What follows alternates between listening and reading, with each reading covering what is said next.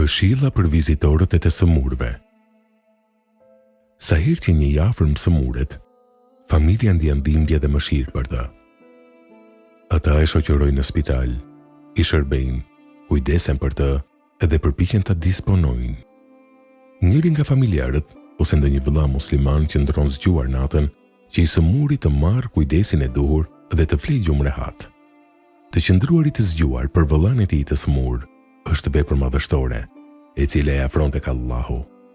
Shpërblimi i tij është më i madh nëse ai qëndron zgjuar për një të afërm, si baban, vëllan ose bashkëshorten.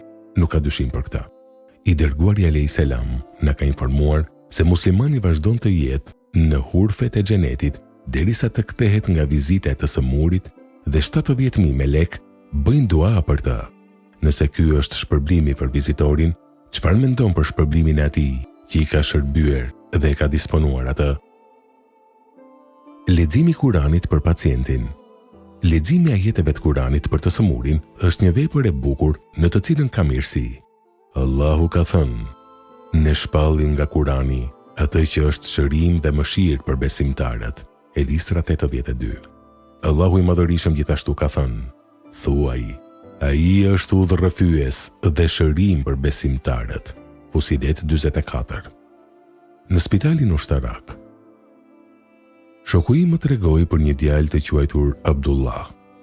Ai tha: "Abdullahu ishte një djalosh i mirë. Ai më vizitoi dhe u bëm të shoqërueshëm me njëri tjetrin. Babai i tij vonte nga një sëmundje e zemrës dhe kishte bërë disa operacione. Herën e fundit që u pranua në spital, u ndalua dhe u vendos në kujdesin intensiv. E vizitova shumë herë në spital. Sëmundja e tij u keqësua dhe ai ra në kom, u bë i pavetëdijshëm për tërë atë që e rrethonte. Kur shoku im e pa se babai nuk kuptonte asgjë, mirë po vizitorët nuk ndaleshin, ai u shqetësua dhe vendosi një shenjë në derën e dhomës së tij. Ndalohen vizitat me urdhër të mjekut. Pas disa ditësh, ai më thiri. Zëri i dridhej derisa më tha: "O Hoxh, dëshiroj të vizitosh baban tim që t'i lexosh diçka nga Kurani." Shkova në spital dhe hyra te dhoma e babait të tij. Ai ishte i shtrirë pa vetëdije në shtrat, si të kishte vdekur.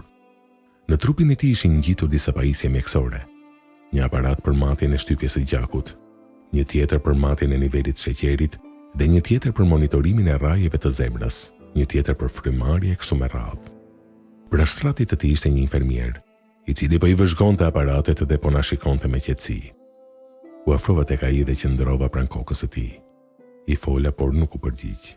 I thash: "O baba i filanit, nëse më dëgjon, lëvizi gishtrind." Ai mbeti pa lëvizshëm. Fillova të lexoja Kur'an me zë, duke filluar nga surja El Fatiha, dhe pastaj vazhdova me Ajetul Kursin. Plaku filloi të lëvizte trupin e tij pakës, mirëpo ende nuk fliste. Pa pritmas aparati rreth tij lëshoi një siren. Infermieri me shpejtësi lëvizi drejt tij, e rregulloi sipas udhëzimeve që i tregoheshin atë, pastaj u ul.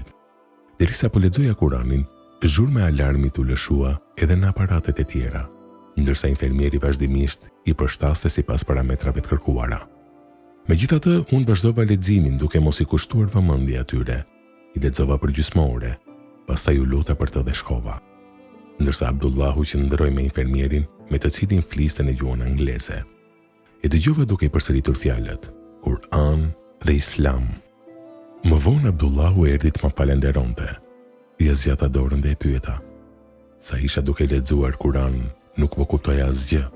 Pse lëshoheshin alarmet? Pse ishte infermieri i hapitur? Për çfarë biseduat kur i ka unë?" Ai u përgjigj: "Është vërtet e mahnitshme, o Hoxh. Ti e di se baba i vua nga një sëmundje dhe deri tani ka bërë disa operacione. Para 2 ditësh ati u ndal qarkullimi i gjakut në arterie. Mjeku nuk e kishte parashikuar një problem të tillë, prandaj nuk kishte marrë në sallën e operacionit ndonjë pompë elektrike për t'i qarkulluar gjakun në vena gjatë një emergjence të tillë. Kështu që ai e mori shpejt një pompë manuale dhe njëri nga infermierët e lëvizte atë me dorë. Megjithatë, as ky veprim nuk u tregua efektiv sepse qarkullimi i gjakut ishte ndaluar për afërsisht 50 minuta dhe babai im ishte në prag të vdekjes. Megjithatë, Allahu i lartësuar është i mëshirshëm.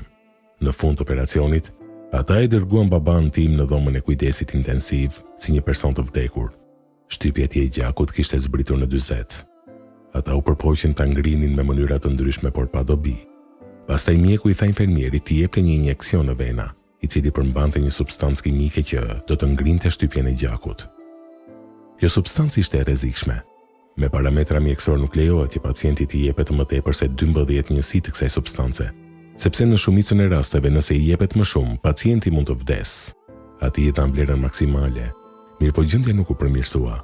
Kështu ata e rritën atë në 13 njësi, 14, pastaj 15 dhe pastaj 16. Në atë qast, shtypja e gjakut arriti në 67 dhe mjeku u ndal me kaq, përkundër faktit se shtypja e gjakut i ra përsëri në nivel jo normal. Pastaj e sollën në dhomën ku e vizituat dhe caktuan një infermier për ta. Kur fillua t'i lexonit Kur'an, shtypja e gjakut të babait filloi t'i ngrihej. Ajo ju ngrit deri në 68, 69, pastaj deri në 70. Shtypja e gjakut ju rrit vazhdimisht derisa ju kthye në gjendje normale 120. Infermieri u çudit shumë, pasi mjekët, aparatet dhe ilaçet nuk ishin arritur të bënin atë që u bë kur ju i lexuat Kur'an. I lavdëruari ka thënë në Kur'an: ne shpallim nga Kur'ani atë që është shërim dhe mëshirë për besimtarët. Elisra 82.